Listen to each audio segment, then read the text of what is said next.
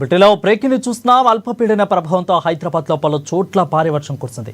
Banjara Hills, Jubilee hills, Ameerpet, Khairatabad, LB Nagar, Peddamberpet తదితర ప్రాంతాల్లో కురిసిన వర్షానికి రహదారులపై నీరు నిలిచింది. ఇక ఖైరతాబాద్ రాజ్భవన్ రోడ్డు మోకాలిలోతు నీరు నిలిచి రాకపోకలో వాహనదారులు తీవ్ర ఇబ్బందులకు ఏర్పడ్డాయి. అయితే అమీర్పేట, పంజగుట్ట, ఖైరతాబాద్ ప్రాంతాల్లో ట్రాఫిక్ జామ్ అయింది. వరద నీరు నిలిచిన ప్రాంతాల్లో హైడ్రా జీహెచ్ఎంసీ సిబ్బంది సహాయక చర్యలు చేపట్టారు. ఉత్తర ఈశాన్య బంగాళాఖాతంలో కొనసాగుతున్న ఉపరితల ఆవర్తన ప్రభావంతో అల్పపీడనం ఏర్పడినట్లు హైదరాబాద్ వాతావరణ కేంద్రం ప్రకటించింది. ఇక రానున్న 24 గంటల్లో ఈ అల్పపీడనం పశ్చిమ వాయువ్య దిశగా కదిలి వాయువ్య బంగాళాఖాతం ప్రాంతానికి చేరుకునే అవకాశం ఉందని వెల్లడించింది. అల్పపీడన ప్రభావంతో రాష్ట్రంలో ఇవాళ రేపు ఉరుములతో కూడిన భారీ వర్షాలు కురుస్తాయని వాతావరణ శాఖ అధికారి తెలిపారు. ఇక పలు జిల్లాలకు ఎల్లో అలర్ట్ హెచ్చరికలు జారీ చేశామని అన్నారు. ఈ నెల 25న ఉత్తర బంగాళాఖాతంలో మరో అల్పపీడనం ఏర్పడే అవకాశం ఉందని, దీని ప్రభావంతో 25, 26 తేదీలో భారీ నుంచి అతి భారీ వర్షాలు కురిసే అవకాశం ఉందని తెలిపారు.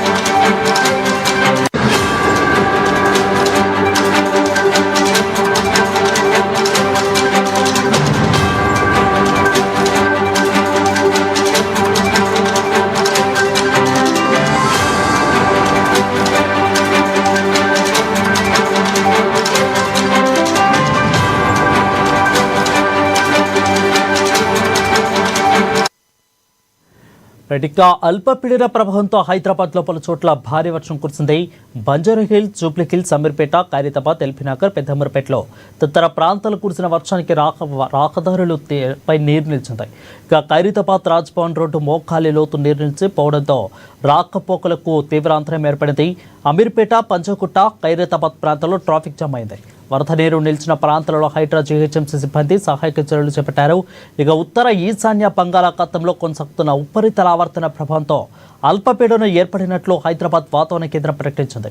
రానున్న 24 గంటల్లో ఈ అల్పపీడనం పశ్చిమ వాయువ్య దిశలో కదిలి వాయువ్య బంగాళాఖాతంలో ప్రాంతానికి చేరుకునే అవకాశం ఉందని వెల్లడించింది.